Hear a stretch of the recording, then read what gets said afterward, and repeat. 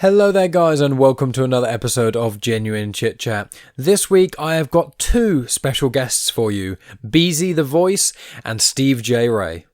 So BZ the Voice is creating a fan film of the Green Lantern called In Brightest Day Off, and he's also got some other projects in the works that we speak about as well in this chat and in part 2.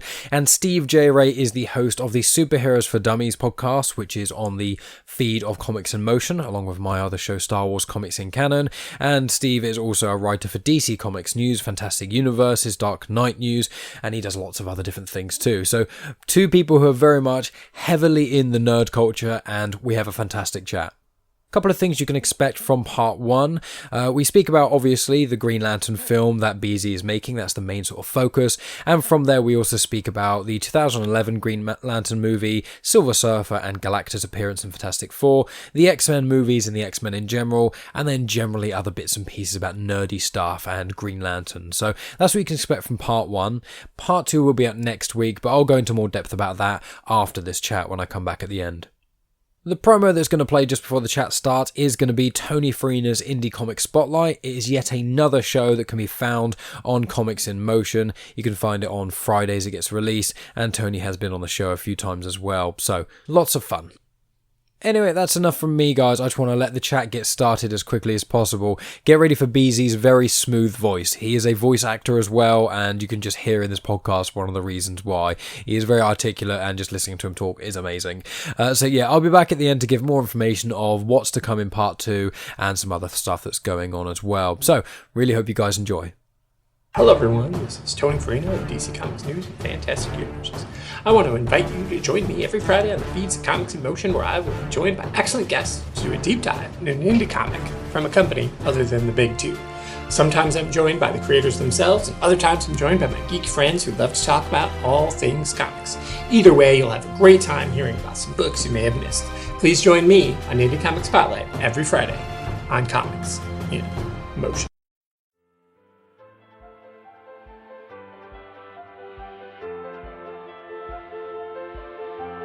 Welcome to Genuine Chit-Chat, where we have honest conversations with interesting people. And I'm your host, Mike Burton.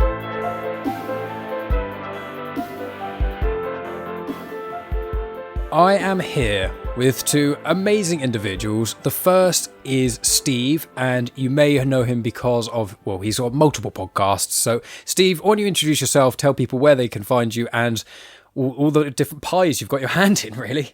Hi, I'm Steve, aka Steve J. Ray. I'm editor-in-chief of Dark Knight News, one of the lead writers for DC Comics News, and site owner and publisher of the fan site Fantastic Universes. Comic book nerd, sci-fi nerd, Star Wars, Star Trek. If it's got weird and wonderful places, characters and situations, I'm into it. But I'm here to speak to another man who's making a movie about one of my all-time favourite characters, the Green Lantern. Go on then, BZ, introduce yourself, tell everyone who you are and what you're doing. Hello, everybody out there. Peace and greetings. My name is BZ. Most of the people who are out there who are aware of me know me as BZ the Voice. I am a voiceover talent, voice actor, however you want to say it. I primarily voice commercials, promos, trailers, some narration. Actually, I've just recently transitioned into being an on-screen performer in the last couple of years. And my career is sort of kind of building right now on both fronts. As it sits, like Steve mentioned, I'm working on a short film. It's a DC fan film based on the character Green Lantern, John Stewart. Which we're in post-production right now. We have to score it. We have to do some ADR work on it. And I believe just a couple of small pieces of CGI. The film is probably in total about 6 minutes. I wrote this thing like 6 years ago. Originally, my goal was to voice the John Stewart character. You know, I was out there reaching out to several animation companies that were primarily affiliated with Warner Brothers. Whenever some kind of Justice League or Green Lantern cartoons came out, I was trying to get in there to voice the character, which became super popular after the Justice League cartoon kicked in on Cartoon Network. Now, if I'm not mistaken, John Stewart's been around since like the 70s, but didn't really become popular till like the 2000s. So basically what it boiled down to was like, you know something, hang on a second. I'm watching, for me as a voice actor, cartoons are homework. So I was watching and I'm like, you know what, wait a minute. I'm sitting here talking to myself about voicing this dude. I sort of kind of have a look that's similar to this dude. Why don't I just be him? And then I started jotting. I started writing. I'm not a script writer or a screenwriter. Not at the time. I am now. And then, it just came together. I connected with a local filmmaker here in Vegas, Sean Jackson. Talked to him about it, had him look at the script. He's like, hey, man, just so you know, this thing is written clearly from the perspective of a voice actor. We need to make certain that, you have a legitimate screenplay. So he did some twisting, tweaking, twerking on my script. I did a little bit of twisting, tweaking, and twerking on it. And then we were only having a final product. Well, over the years, I was going through trying to find filmmakers to help me shoot this thing. And, they would come and go and they would flake. And then, one of my main characters in the film is Shiera Hall. Even though she has a small part in it, it was a matter of, finding somebody who could fit the mold, who can fit the character. And, I'd find a couple and then the actresses would flake out. And then, bam, fast forward 6 years later, we just wrapped on it less than a month ago. And now we're in post-production. That's amazing to hear all of those things. And you do have an incredible voice. I mean, people should already be able to tell that. It is incredible. So, I mean, there's going to be, I can feel the energy of the nerdiness coming out of Steve, and he wants to ask. He's like, I'm hearing John Stewart and Shiera Hall, and I'm already in nerd heaven. It's nerdgasm all over the place, seriously. Just before, I'll do one more sprinkling of being host, and then we'll have a big old free-for-all. So, last little things. If you just want to say, I don't know if it's the working title, it's going to be maybe the finished title, but the title and a small amount of the premise of what your sort of plans are for this. Mm-hmm. And then I'll let Steve ask it because I can hear the burning questions coming out over there. So let's just fire that out and then we'll have a big old nerdy talk. Let's do this. Okay, well, the deal is that the name of this film, and I'm pretty sure Steve will get a kick out of it. It's called In Brightest Day Off. And so, love it. And so the premise of this film is, one of the world's greatest superheroes actually has a day off from superheroing. And he is just basically just trying, for the most part, this thing is a day in the life of a superhero taking a day off. It's not intergalactic, space gunfights and anything like that. It's just this dude, he just finished off doing all that stuff for the last couple of weeks. Now he's just going to take a day and do what he can to relax. But there's someone who has every intention of stopping him from doing that. I am going to watch the living shit out of this film. And there's already a teaser out as well, and I'll make sure that I'll include the link in these show notes as well, please. Because I watched it already and I was like, immediately the teaser's like, but before I'd even seen the Green Lantern movie or knew much about it, I was always like, oh, that definitely intrigued me. So we'll jump off because a lot of people, such as myself, don't really know much about the Green Lantern outside of the movie. And in all honesty, guys, I did only watch the movie this week because I heard a lot of negative things about it, and I've even heard, obviously, even Ryan Reynolds, he slates it in Deadpool and lots of other aspects and things. Right. And I'm going to say, like, I genuinely I liked it. I was surprised. I kept waiting for this horrible, terrible, bad scene. And I watched it in two parts because I watched it on my lunch breaks during work and stuff. And I watched the first half and I was like, this is actually pretty good. The special effects I thought were amazing. It's quite thrilling and stuff. And I was like, oh, I know the second act. That's where it's going to fall to pieces.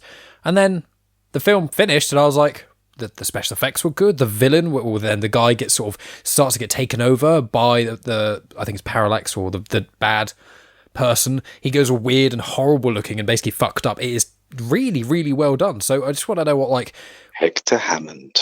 There you go, Steve. He's the living asterisk for anything I'm going to say in this. So Beezy, what are your thoughts on the Green Lantern movie? And then Steve, jump in as well with your thoughts as well. What are both of your thoughts on the Green Lantern movie? Well, my thoughts on the Green Lantern movie are quite similar to yours. I had literally and absolutely no problem with it whatsoever. I didn't.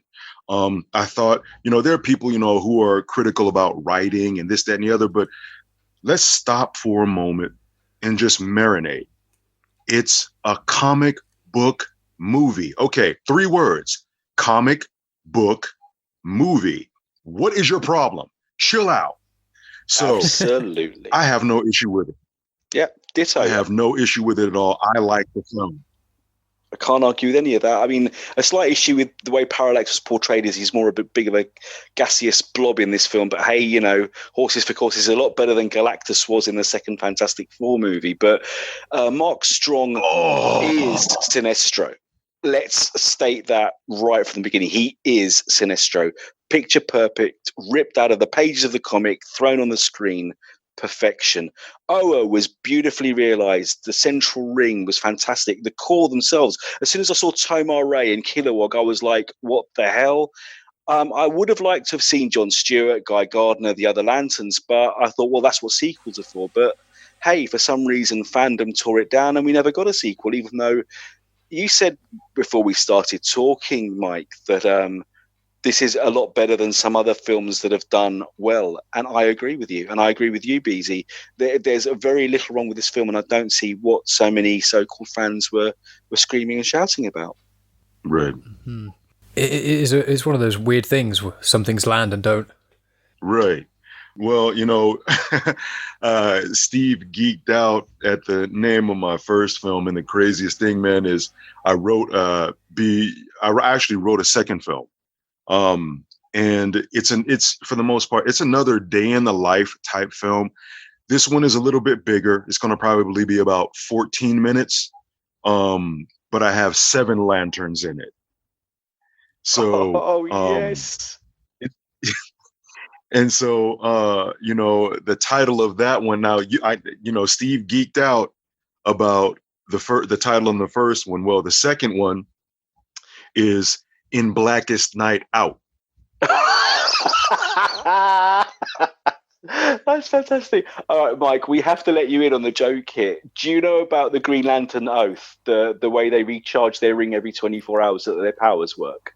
I vaguely recall that, from the film. Well, literally, it's in Brightest Day and Blackest Night, no evil shall escape my sight. Let those who worship evil's might beware my power, Green Lantern's light. So in Brightest Day Off, in Blackest Night Out.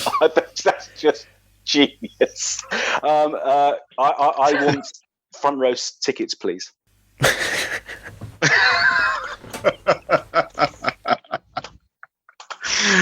Yeah, dude. So with the second film, which the company that I'm working with here, I'm in Vegas in America. The company that I'm working with here, who I finally got to help me shoot this thing and make it come to fruition, is called Rising Again Productions, and their insignia is a phoenix, so Rising Again. So I thought you were going to tell me their insignia was a Black Lantern ring. That would have been really scary.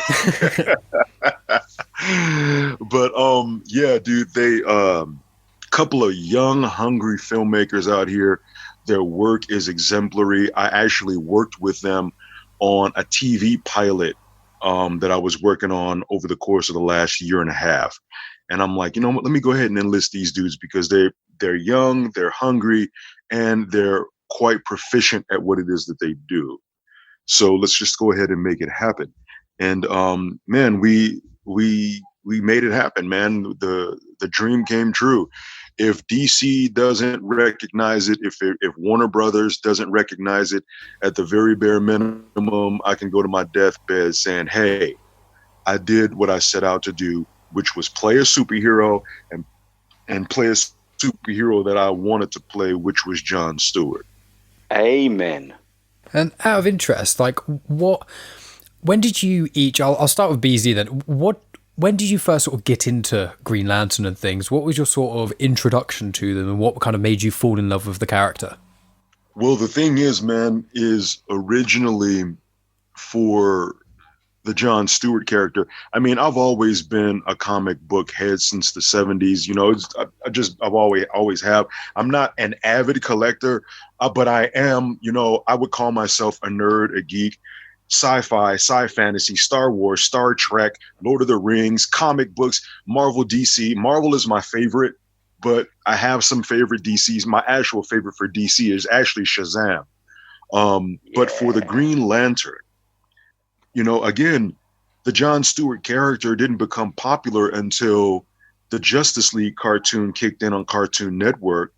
And I'm like, oh man, this dude he's actually kind of dope. You know, and you know, I look at his backstory and I'm like, okay, well, the dude is formerly a Marine, a sniper. He's an architect, so his imagination is vivid. That's why, if I'm not mistaken, and Steve can correct me if I'm wrong, you know, John Stewart is considered one of the top lanterns because of his imagination, because he has an architectural mind. 100% accurate. Spot on. Okay. So yeah, so my thing was, okay, wow, you know, this dude is kind of dope. Let's go ahead and give it a shot. You know, let me go ahead and put my voice in the ring to see if I can voice this character some way, somehow. And then just bing bang out of the blue, I'm like, wait a minute, dude, don't voice this dude, be John Stewart. So you know, I have the look, I have the sound. You know, let's just go ahead and run with it, man, and see where it goes. Then I started doing a little research when the new show in the Arrowverse, Black Lightning, kicked in, and started hearing rumors about Lynn Stewart, who's Black Lightning's wife, possibly being John's sister. And I'm like, oh, I gotta get on Black Lightning. Uncle John has to come pay a visit. But to my understanding, they are not related. However, don't get it twisted, because of the way that, you know, these entertainment entities change things up in these universes. Why can't John and Lynn be brother and sister in the Arrowverse? Oh, I'm going to make you smile, BZ. I'm really going to make you smile. Talk to me, my man. In Arrow, there's a central character called John Diggle. Right. His adoptive father is General Stewart. So his real name, his adopted name, is John Stewart. And there's a couple of scenes during the Crisis on Infinite Earths crossover where the Flash of Earth 90, the wonderful John Wesley Shipp, says, "John, is that you? Right. Hey, where's your ring?" Yeah, I caught that. So I think that even though Arrow is over, I still have hope that we are going to see John Stewart in the form of John Diggle put on the ring, fly through the sky, and swear the oath. So I'm not giving up hope. I am keeping my fingers crossed. But you're giving me hope with your film too, BZ. So more info. I need it. Okay, so this is the deal. While you're hoping that David Ramsey as John Diggle gets that ring, I'm hoping that BZ the Voice gets that ring and gets into the Arrowverse. My vote. So, but the deal is, man, in my film, Diggle is in it, but only as a voice. Ah, interesting. So, but yeah, Diggle and Stewart have a rapport. And so my goal in my film, like I said earlier, when we were speaking about how these entertainment entities change things up with the films. My goal as a fan was to make certain that I appease fans. So I make sure to touch on, there'll be a couple of Easter eggs in there. I make sure to touch on several little small details that comic book fans would be familiar with. My actress who plays Shiera Hall. For most of comic fandom out there, Shiera Hall is lover, legend. Mike, that's Hawkwoman. Yeah. In case you were wondering. Hawkwoman, Hawkgirl. Shiera Hall is, her classic appearance is a busty redhead in the comics and in the cartoons. Live action, she has more of an exotic look. So whether she's Hispanic, of Hispanic origin, or whether she is possibly Middle Eastern looking ish, that's what it's come down to, the live action. I think there are three women or two women that played. There was one woman on Smallville, and I want to say that she was Spanish. Hispanic. And then there was a young lady who played on Legends of Tomorrow, and I know she's like Puerto Rican or Cuban or something like that.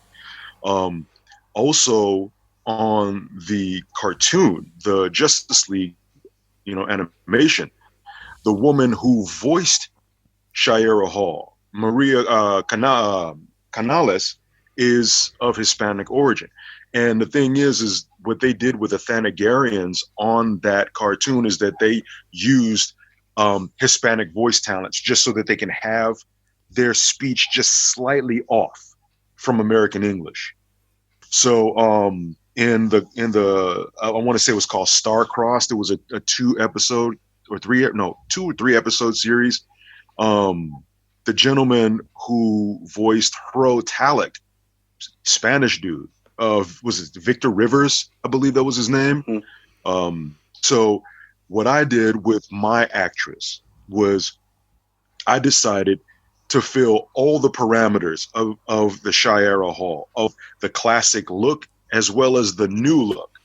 So this young lady is very well built. She's got a super nice body. She's very attractive. She has, the classic look of Shiera Hall's red hair, green eyes. This young lady has brownish red hair, hazel eyes, and she is, an amalgam of, I think her father's white, her mother is Creole and Haitian. So she has the exotic look mixed with the classic look. You've done your homework, BZ. And so, respect. Oh yeah. Oh, I'm telling you, dude, I go hard. If you're gonna be a bear, be a grizzly. So, yeah, dude, yeah. So I do have an entry for the film on IMDb, and again, the title is In Brightest Day Off. I don't have any photos up right now on that page, but if you want to, catch me on social media, all social media for me is BZ the Voice. If you cannot find me, something is wrong. Instagram, Facebook, Twitter, LinkedIn, everything is BZ the Voice. I do have some production stills up on my Instagram and Facebook pages, so you will see a couple of stills. You'll see Shiera Hall. You'll see me, and again, it's short, but it's a super fun thing. It really is, and there's a little bit of CGI in it, just a little bit, but in the second one, there's going to be more. I mean, I just want to say, like, as someone who isn't as well adversed into this sort of, into the Green Lantern, or any of the sort of aspects of what you've been speaking about, it immediately hit me that you are so passionate about this, that your passion alone, even if I hadn't seen the teaser or didn't hear your amazing voice, I would already be like, the passion alone clearly is going to show that something amazing is going to be here. Because I find that with whether they're big productions or small productions, the the biggest times I find that comic book related content fails is when someone is trying to create something and does not stick to or know very well of the source material. And that's the biggest time where things fail, I believe. And it's one of those things where it's frustrating. And I think before we started recording, one of the things that came up, which I'm going to bring up now, is Fantastic Four: Rise of the Silver Surfer. So, BZ, I know you have some strong feelings about that, because is Silver Surfer, did you say it was one of your, if not the favorite character of yours? Silver Surfer is absolutely my favorite character of all time. And the moment that somebody said his board was his source of power, I almost defecated on myself. And so what is his source of power then for us who are scrubs in the world? The power cosmic. His source, it's the power cosmic. It is just in him. His board has nothing to do with his power. His power was endued by the devourer of worlds, Galactus. And dude, even with that, again, it started with the board being his source of power. That's when things started to go south for me. And then I'm like, okay, dude, yeah, Dr. Doom, went after him. Dr. Doom did this. Dr. Doom did a whole lot of foul stuff in the comic books. Okay, that's cool. They stuck to that premise in the film, but the Surfer's board is not his source of his power. He just has the power within him, period. End of story. And, he can absorb, he can transmute. The dude can use it as force. He already has class 100 strength without even augmenting it. So the dude is a force, and of course there are more powerful forces in the Marvel universe, but when all is said and done, he's not ridiculously overpowered like you'll find, especially in a lot of DC characters. And one thing I wonder as well, staying within that realm of things, is am I right in thinking, because the main thing I seem to remember a lot of random facts about characters and things from Marvel and DC is because I was a massive collector of Top Trumps when I was younger. I had all the Marvel ones, and I used to just read all the fact files and all the information about them, so I have this vague peripheral knowledge of a lot of things. Is that the only incarnation of Galactus that's basically a giant cloud? Because I always thought he was some sort of giant dude. Completely wrong. So yeah, what is he sort of for us who don't know as well as others? With Galactus, what is he normally more so like, and what are some of the sort of stories Silver Surfer's been involved with as well? Galactus, Steve, please feel free to step in at any time, dude. Galactus was introduced in the very, very early days of the Marvel Universe in the Fantastic Four comic, but not until a few issues after the Silver Surfer, because Silver Surfer arrives on Earth. One thing they did get right in the film is Silver Surfer is his herald. He literally goes ahead of Galactus, scouting worlds for the Devourer of Worlds to devour. But what they didn't go into enough depth with was the fact was he saved his own world from being devoured by offering his services as Galactus's herald in the first place. Norrin Radd was a man much like you or I who literally just wanted to save his wife Shalabal, save his world. So he said, Galactus, spare my world and I'll travel the universe for you to find you others to eat. But that nobility never died in him, which is why he decides to turn around and save Earth as well. But his power, like BZ quite rightly said, is intrinsic to him because Galactus gave it to him. It's the power cosmic. He has a fraction of Galactus's power. So he's one of the few beings who could, in a way, challenge Galactus, who is most usually portrayed as a gigantic, 70-foot tall humanoid in a suit of armor who absorbs the energy of worlds to survive. But he's a force of nature. He's been around since the dawn of time, and he's a counterbalance. He's there for a reason. The devouring of worlds is something he needs to do the same way that spiders eat flies. They keep the bug population down. His purpose is to keep weights and measures in the universe under control. And sometimes an innocent world may have to die to do that. And that's basically the long and short of it in a way that's not too cosmic or an 8-hour episode in and of itself. Would you agree with that, BZ? I would absolutely agree with it, and I would not be against an 8-hour cosmically charged conversation about it. Oh, hey, well, sign me up.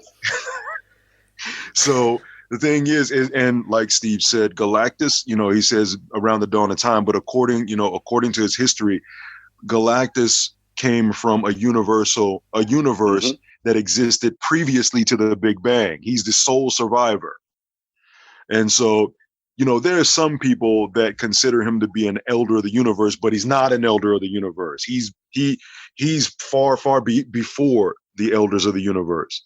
And so you have eternity and infinity. You have Lord Chaos and Master Order. You have death and oblivion.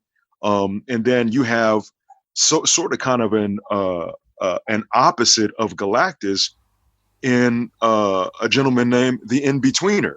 Mm-hmm.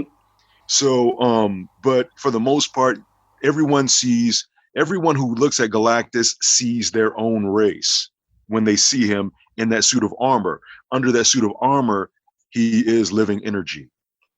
Absolutely. To see what he really is would drive most sentient beings insane. So you see what you can take. Yeah. So, but yeah, and another thing is Galactus doesn't need multiple pits dug out in a planet in order for him to devour it. Nope, not at all. So yeah, there's, of course, again, the powers that be, will switch things up. I'm like, no, stop it, knock it off. Just don't do it anymore. But my thing is I got to see my dude on film. He did look and sound great. That's one thing I've got to give that movie. Silver Surfer did look and sound fantastic. Yeah. Doug Jones played the body of the Silver Surfer. If you don't know who Doug Jones is. Oh, you have to know who Doug Jones is. He's in everything. If it has something to do with Alien, it's Doug Jones. Yep. That dude, first of all, Hellboy. He's Abe Sapien. Yeah, Guillermo del Toro wouldn't have a career without Doug Jones. He's also in, I think, a new Star Trek series right now too. So yes, he is. Discovery. The dude he's 6'4". Silver Surfer is 6'4". And see, that's my whole thing. Like, if I were to put together a movie, I go by the official handbook of the Marvel Universe. So if there's somebody who's going to play Captain America, I'm going to find somebody who's 6'3", blonde hair, blue eye. If there's somebody playing Thor, I'm going to find somebody who's 6'6", incredibly swole, blonde hair, blue eye. If there's somebody who's playing Falcon, Sam Mackie did just fine playing Falcon. He's good. Agreed. I'm going to find people according to spec. I'm going to find the tall ones. I'm going to find the short ones. I'm going to find the ones who physically work. Wolverine, dude, Hugh Jackman was dope for Wolverine, but Hugh Jackman is 6'2", not 5'3". There you go, Mike. Bet you didn't know that. Wolverine's a little fella. Just a mean, big attitude. It's one of the very few things I did know, because when I got into the X-Men movies and things, or like, I think X-Men is one of those film series which is probably the most up and down of all the comic book series, as in of films, because it's like you got the original trilogy, original air quotes, but you've got X-Men, really good, X-Men 2, amazing, Last Stand is not. And then you've got the next trilogy of obviously you've got all the Wolverine films which are quite up and down, and then you've got First Class, and you've got Days of Future Past, which I think are both amazing, and then you've got Apocalypse, which I think fell flat. And it's like I was trying to show, I've been showing my girlfriend a lot of the Marvel movies and the DC movies, and I'm trying to like steadily go across them, and we've watched all of the MCU. We're watching all the Batman movies now, as in we watched Batman. We didn't watch Batman 43. Didn't quite go back that far, but we watched 66, and then we're doing the Burton verse and things, and we're going to move on to the Dark Knight trilogy and whatnot. But there's so many films which I was like, people ask me sometimes who aren't as into the nerd culture as I am, and obviously I'm nowhere near into it as much as you guys are. But they're like, oh, I want to watch the X-Men films. Which ones would you say? And it's like, but every batch of them really has a good one, and at least a good one and a bad one. And it's so weird that they've like, obviously they had Dark Phoenix recently as well, which I haven't actually seen. But it's I haven't heard good things, which upset me, because I think First Class and X-Men and Days of Future Past I think were absolutely cracking. But then Apocalypse was quite weak in my opinion. But let's ask about that. So, what do you think, BZ? What are your favorite or favorites of sort of superhero adaptations of movies? Because obviously, some degree of them have inspired you to you want to make them. So, what kind of ones have really stood out for you? They in any age of the films, whatever. Well, I'll tell you a couple of things that kind of bother me. Like I said, I'm still stuck on this, how they just get things wrong. So, Steve, I'm going to need your help on this one, dude. So much wrong. So much. I'm going to need your help. So, the first things first, I want to say it was in the second one, Kane Marco, Juggernaut. No! For a start, I'm a Vinnie Jones fan because he's a Brit and he did wonders in Snatch. He was fantastic.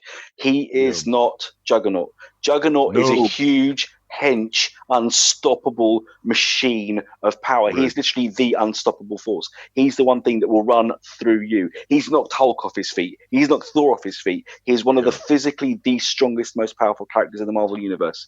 Vinnie Jones is not that. So, would you say the one, the Juggernaut in Deadpool 2 is much more aligned to the true but Juggernaut? Still nowhere near enough. Okay, I'm gonna touch on that one. That sort of kind of got me upset, and this is where I'm gonna need Steve's help, because I mean, I've been sort of kind of out of touch with comic books for a while, and again, like I said, I'm going by the original handbook of the Marvel Universe. Mm-hmm. Now, from what I remember, now in the Deadpool movie, Colossus and Juggernaut were fighting.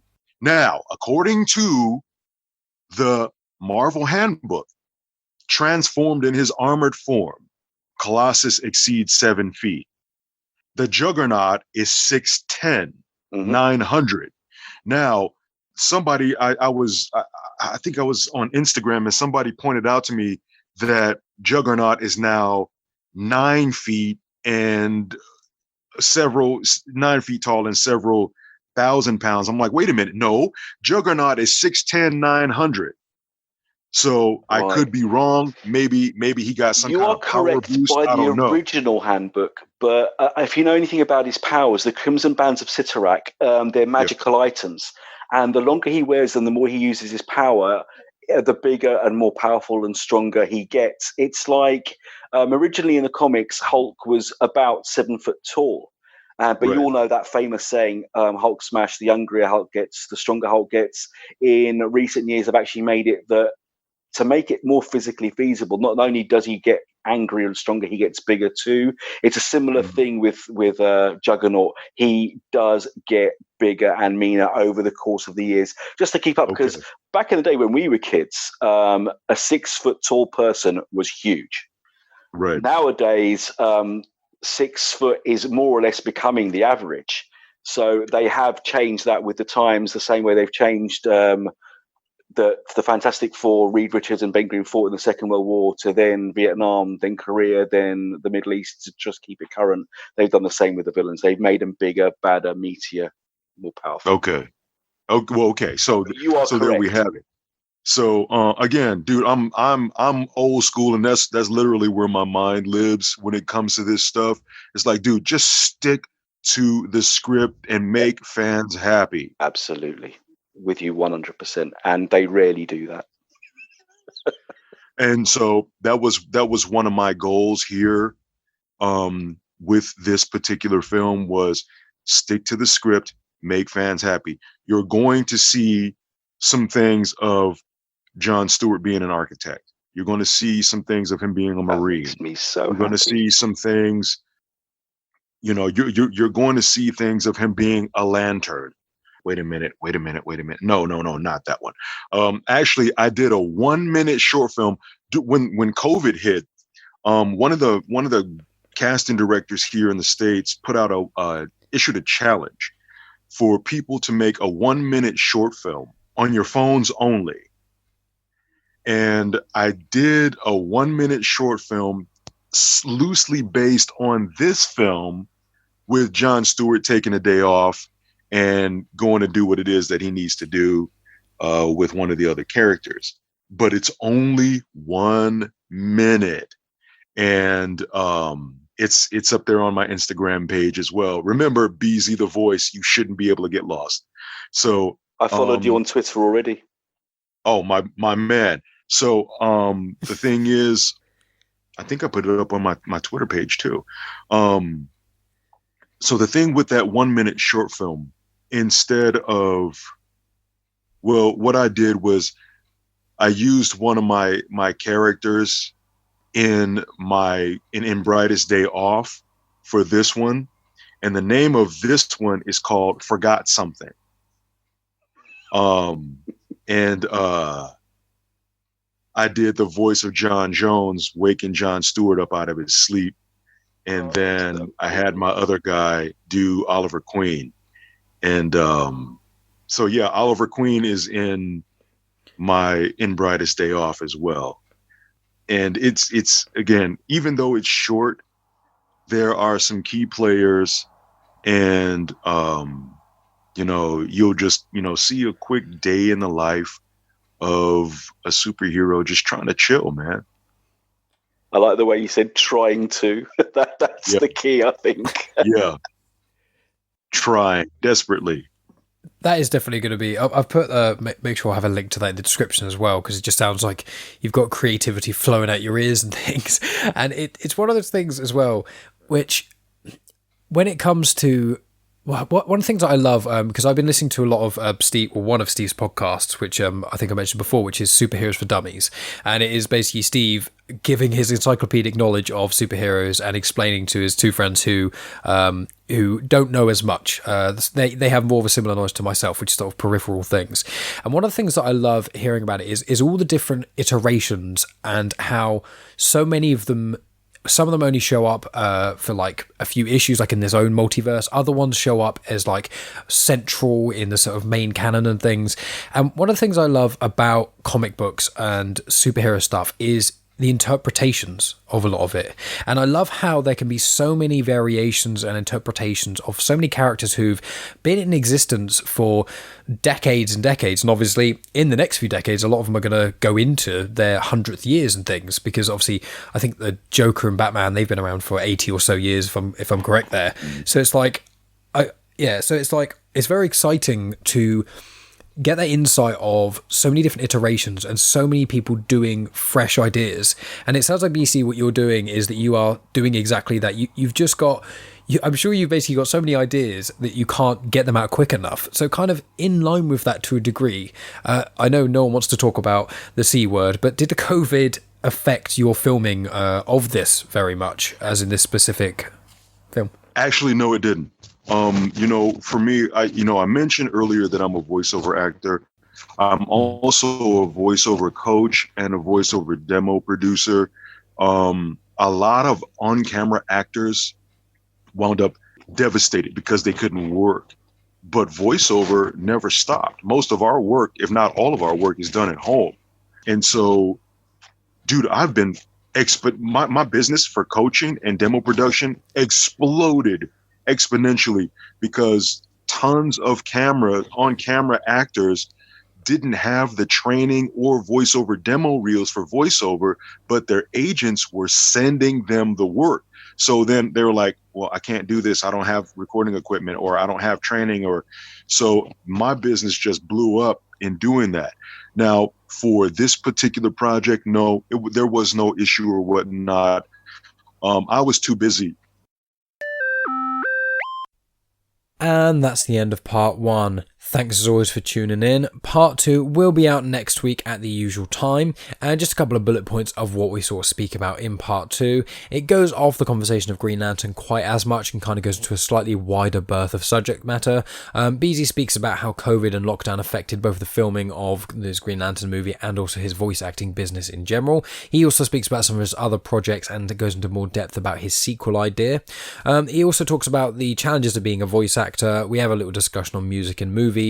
Also, BZ speaks about the difference between interest and commitment. He speaks also about meeting his hero, and there's lots of other bits and pieces along those sort of lines. So it's a slightly wider view on things, but it is still keeping in line with a lot of the sort of general nerdy stuff we've been speaking about. So the two parts go together very well. I've got a bunch of links for you in the description. I'm not going to read them all out, so you can just check out these show notes and you'll find them all. We've got BZ's website, his IMDb page, the teaser trailer for his Green Lantern movie, and he is at BZ the Voice on Twitter, Instagram, and Facebook. And Steve is L_Stevo on Twitter. And then in the description, I've got these sites for his Fantastic Universes review site, DC Comic News, Dark Knight News, and also a link to the Comics in Motion podcast Anchor, which is where you can find Superheroes for Dummies that comes out generally every 2 weeks. On that same Anchor link for Comics in Motion, you can also find Tony Farina's Indie Comic Spotlight, which episodes are out on Fridays, and my other podcast, Star Wars Comics in Canon, which new episodes are out every Saturday. So some other things I've been up to. I was recently on an episode of the Rob and Slim show. I was on there for about half an hour. I called into their live radio show. I had a lot of fun. The link to that is in the description, but anywhere that you are listening to this show, you should be able to find it. I had loads of fun with those guys on, and we're probably going to speak about them coming on the show in 2021 as well for a bit of a longer conversation, so that's going to be a lot of fun. I've got loads of guests sort of lined up. I've got a new notebook, which is fun, and I've got lots of guests that I'm kind of looking at having in early next year as well. I'm sure BZ will be on the show at some point in the future again too, and also just shout out to Tonya Todd, who got us into contact, and Tonya has been on 2 recent episodes of Genuine Chit-Chat. I think it was episode 101 or 102, and then episode like 98 or 99, so that sort of period, you can go check out that because she is an awesome person too. She's also recently been on an episode of Tony Farina's Indie Comic Spotlight as well, so all marries up very nicely. Coming up in the next few weeks, I have got no episodes recorded as of yet. I've got a friend of mine coming on the show next week to speak about some of his music that he's got coming out. He's like a new artist on the scene, and some of his stuff is really cool, so I'll be speaking with him. I'm also guesting on a couple of podcasts. There's still the Mandalorian weekly podcast that we're doing on Comics in Motion, where a couple of us speak about the Mandalorian. We kind of talk about how we thought of the most recent episode, so it gets into a lot of spoilers, and also I normally give some tidbits of information and other ways it connects to the rest of the canon, as I often do. That runs alongside my other show, Star Wars Comics in Canon, which is airing as normal on Saturdays. And then we've also got, I've got links in the description of when I was on the Scott Pilgrim episode of Comics in Motion, as well as Comics on Trial, where I defended Phantom Menace against Tony Farina, and Dave was the judge of that. I've also done some recording with Scott of the 20th Century Geek, where that's going to be a big episode, or 3-parter rather, released in early next year too. I'm also guessing on a friend of mine's podcast, Frank Burton. I've got more information about that when he ends up sort of releasing and things, but I'm quite excited about that because he's been on the show before. There's a few other little bits and pieces here that I'm doing, and I've got a very exciting guest at the start of December. I'm not going to say much other than they're involved with Star Wars in a way of they actually create Star Wars content. So I'm very, very excited about that chat as well, but I don't want to go into any other details just in case things don't go to plan. And yeah, that's more or less it from me, guys, apart from, as I said, my show Star Wars Comics in Canon, which is out every Saturday on the feed of Comics in Motion. The most recent episode I did was the Age of Republic Villains comics. I tackled the Jango Fett comic, which features Boba Fett in there as well, General Grievous destroying a Jedi temple and having a Force vision, and then a little bit of information about Asajj Ventress and a prequel to her meeting Ahsoka Tano in a very specific arc in the Clone Wars.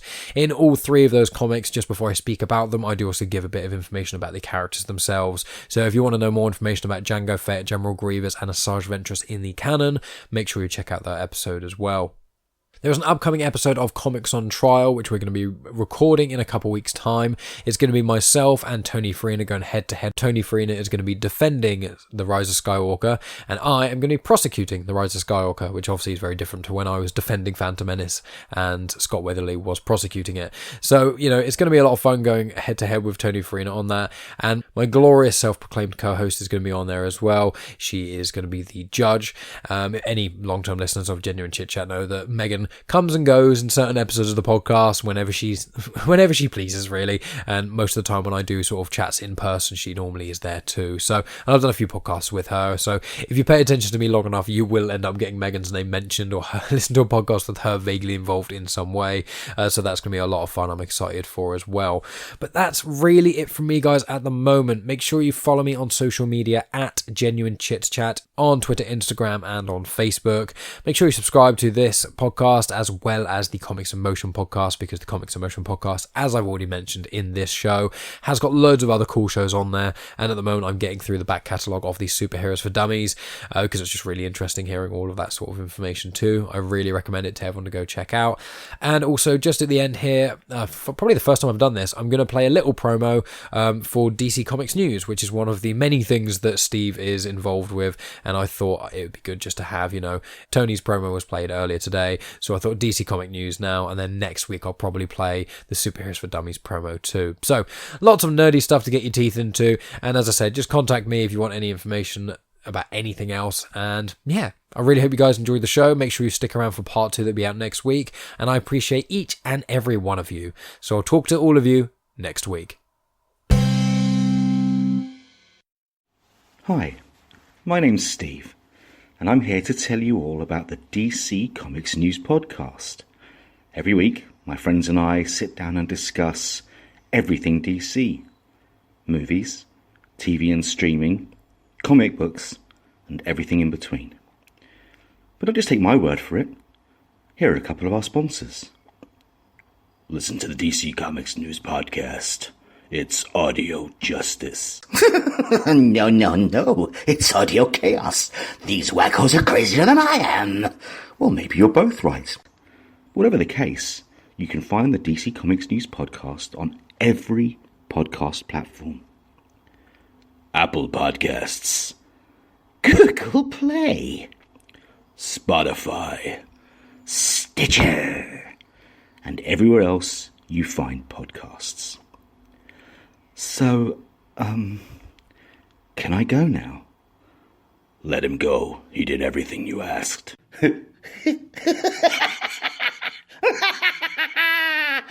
No.